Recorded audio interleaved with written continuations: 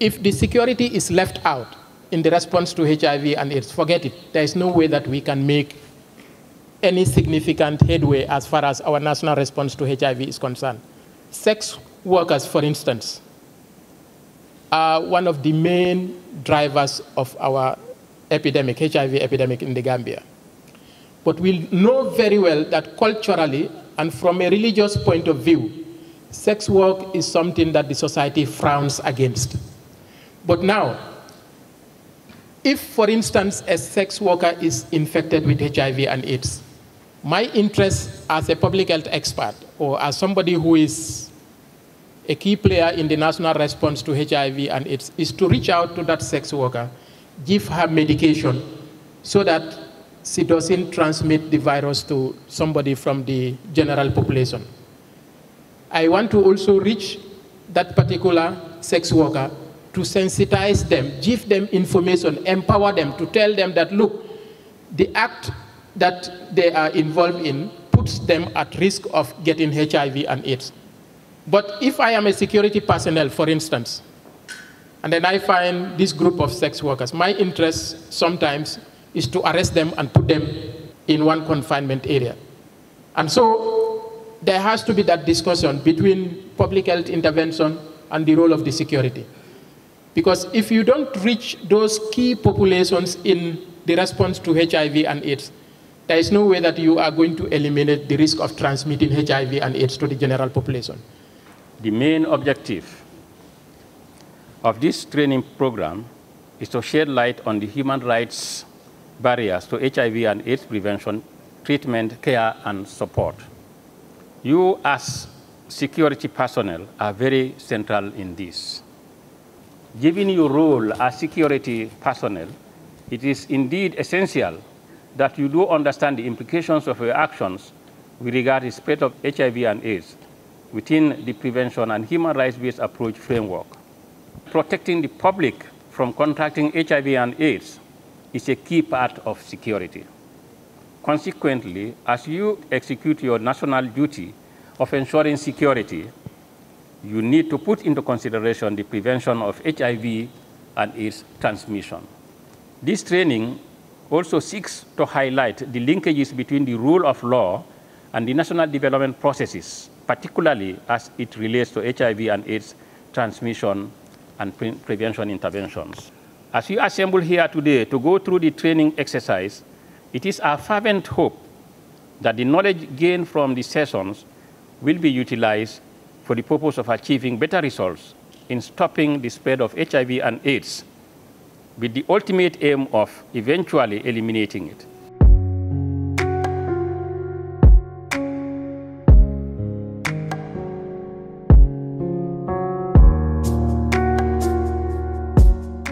As a principal recipient of the Global Fund, ActionAid is responsible for the prevention aspect of the national HIV response. Prevention meaning trying to get to 0 new infections in the coming years and trying to stop or halt the spread of HIV. We all know that there are a lot of dynamics around female sex work. There's a lot of dynamics, cultural, religious, some of them human rights issues in this country that are around both female sex work as well as men having sex with men. But because we know there are a lot of discriminatory factors towards them, we try to reach them at the doorsteps, and that is why we have community strengthening for HIV testing, counseling and testing, so we can get them tested, we can enroll them into treatment care and support, and also for those that are negative, we can help them and provide them with the tools that they need to remain negative. HIV is a public health issue, and we are looking at it from a public health perspective. And we know that people who have HIV, if they are not being taken care of, they can die very quickly. And when they die, they leave the burden on us, even if we think we do not have HIV. If my brother has HIV, he is not healthy, he's living with me, he has 5 kids, I have 2 kids of my own, I need to educate them, I want something better for them, but I want the same thing for my brother's children. So if I neglect my brother because my brother has HIV and my brother dies of HIV, who takes care of my brother's children? That responsibility comes back to me. So is it not better that I support my brother with his HIV so he lives a quality life and he continues working so that he can take care of his family instead of pass that responsibility to me? And for that reason, we have to either stop the spread of HIV, we protect them from getting HIV, or if they already have HIV, then we have to work with them to make sure that they live a quality life and they are able to continue their work and take care of their families. But because of all the social dynamics that go on, there's a lot of policies and guidelines that we haven't seen the needs of key populations coming out of those policies.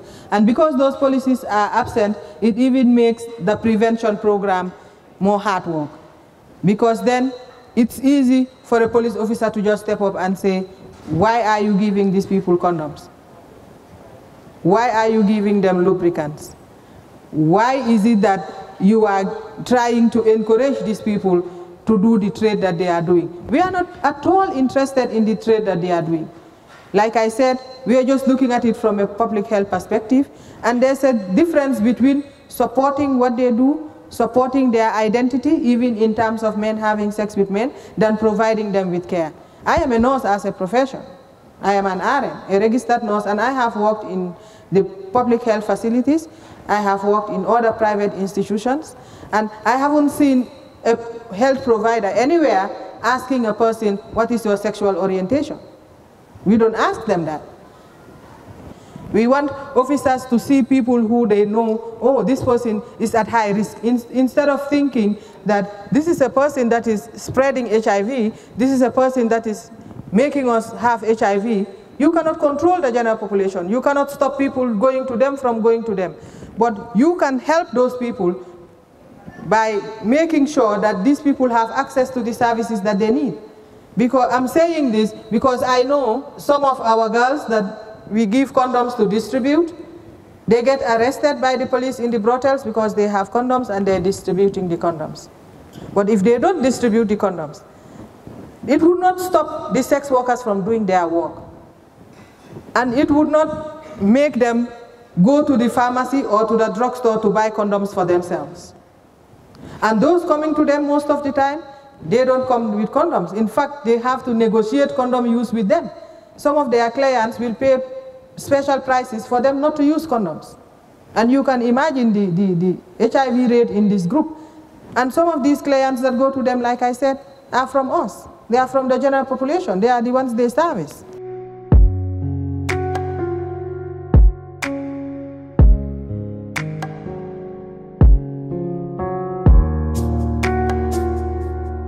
Looking at our prevalence in this country is not a generalized epidemic, because in the general population, the prevalence is 1.52, which is very low. Compared to the female sex workers and MSMs. For female sex workers, as of the IBVS in 2018, the prevalence was 11%. And for MSMs, it was 35%. And you compare this to the 2011, a similar study which was also conducted. By then, for female sex workers, it was 15%. Now, 15%, it has dropped to 11%. But for men having sex with men, it has increased from 9% to 35%.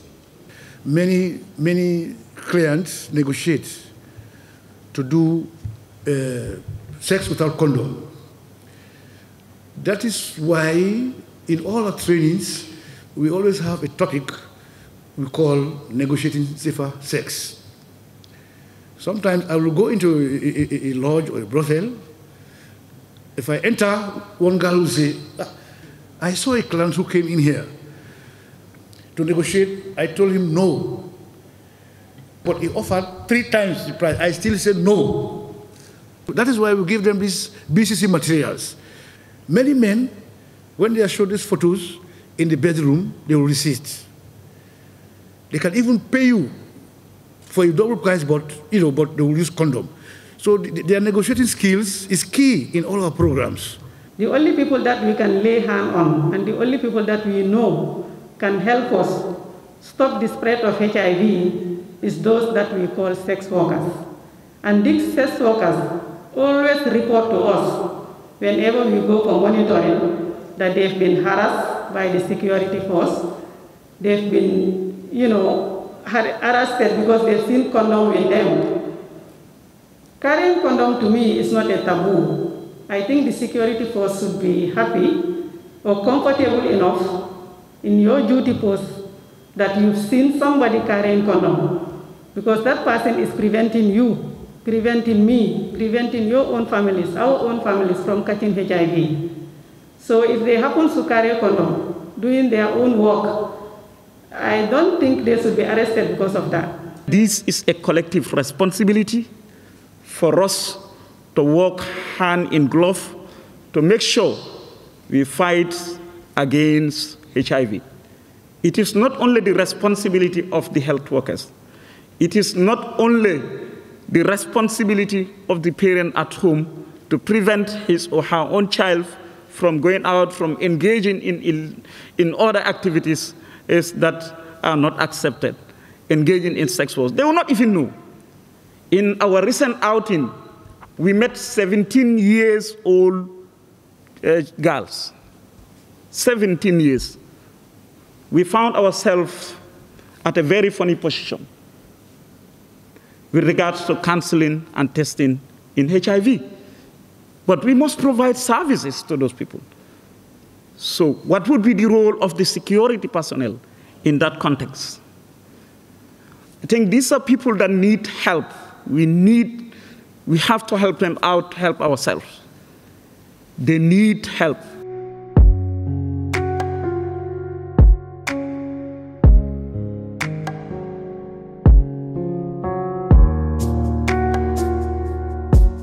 Okay, regarding the kids who are born with HIV and AIDS, when they grow older, they live with us in the society, and to a certain age, they need to fall in love and they have to get married.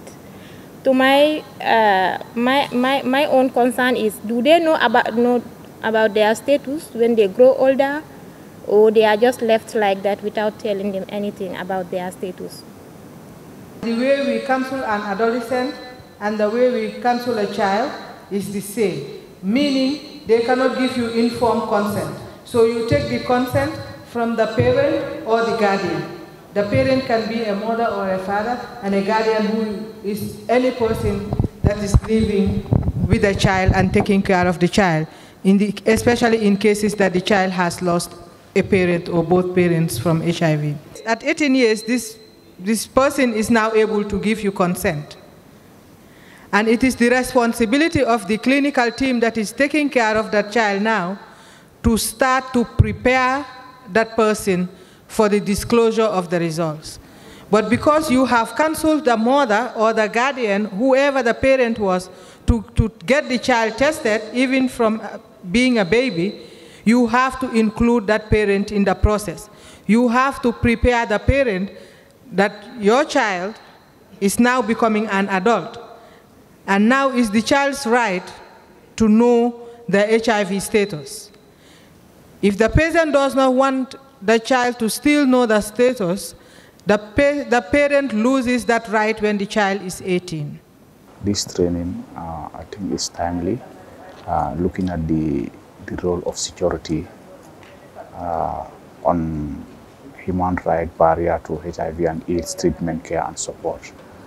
Because our security officers, as you know, our primary function is protection of life and property, apprehension and precision of offenders, and detection.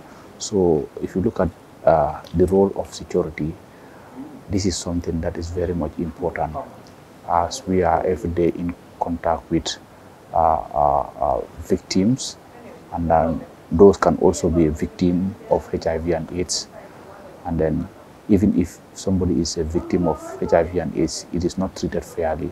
And for example, like even if your right has been violated, there is no justice for you.